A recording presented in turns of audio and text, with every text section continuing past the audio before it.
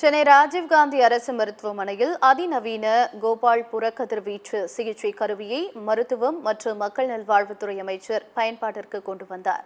இது தொடர்பாக செய்தியாளர்களை சந்தித்த அவர் 2,76,00,000 ரூபாய் மதிப்பீட்டில் இந்த கோபால் கருவி தொடங்கி வைக்கப்பட்டுள்ளதாக குறிப்பிட்டார். தோல் மற்றும் ரப்பர் தொழிற்சாலைகள் சாயப்பட்டறைகள் அதிகம் உள்ள ஈரோடு, திருப்பத்தூர், கன்னியாகுமரி, ராணிப்பேட்டை மாவட்டங்களில் புற்றுநோய் பாதிப்பு கண்டறியப்பட்ட 106 நபர்களுக்கு சிகிச்சை அளிக்கப்பட்டு வருவதாக அவர் கூறினார். தமிழ்நாடு முழுவதும் உள்ள வருவாய் மாவட்டங்களில் இருக்கும் 18 வயதை கடந்தவர்களுக்கு புற்றுநோய் பரிசோதனை செய்யும் பணி தொடங்கப்பட இருப்பதாகவும் அமைச்சர் மா. சுப்பிரமணியன் தெரிவித்தார்.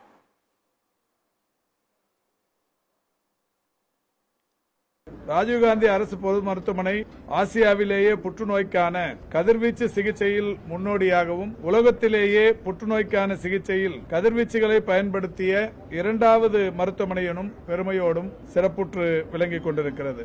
ஈரோடு, திருப்பத்தூர், கன்னியாகுமரி மற்றும் ராணிப்பேட்டை ஆகிய 4 மாவட்டங்களில் இந்த 4 மாவட்டங்களிலும் 8,43,884 பேருக்கு புற்றுநோய் பரிசோதனைகள் செய்யப்பட்டதில் 106 பேருக்கு புதிதாக புற்றுநோய் பாதிப்புகள் இருப்பது கண்டறியப்பட்டு அவர்களுக்கு சிகிச்சை அளிக்கப்பட்டு வருகிறது.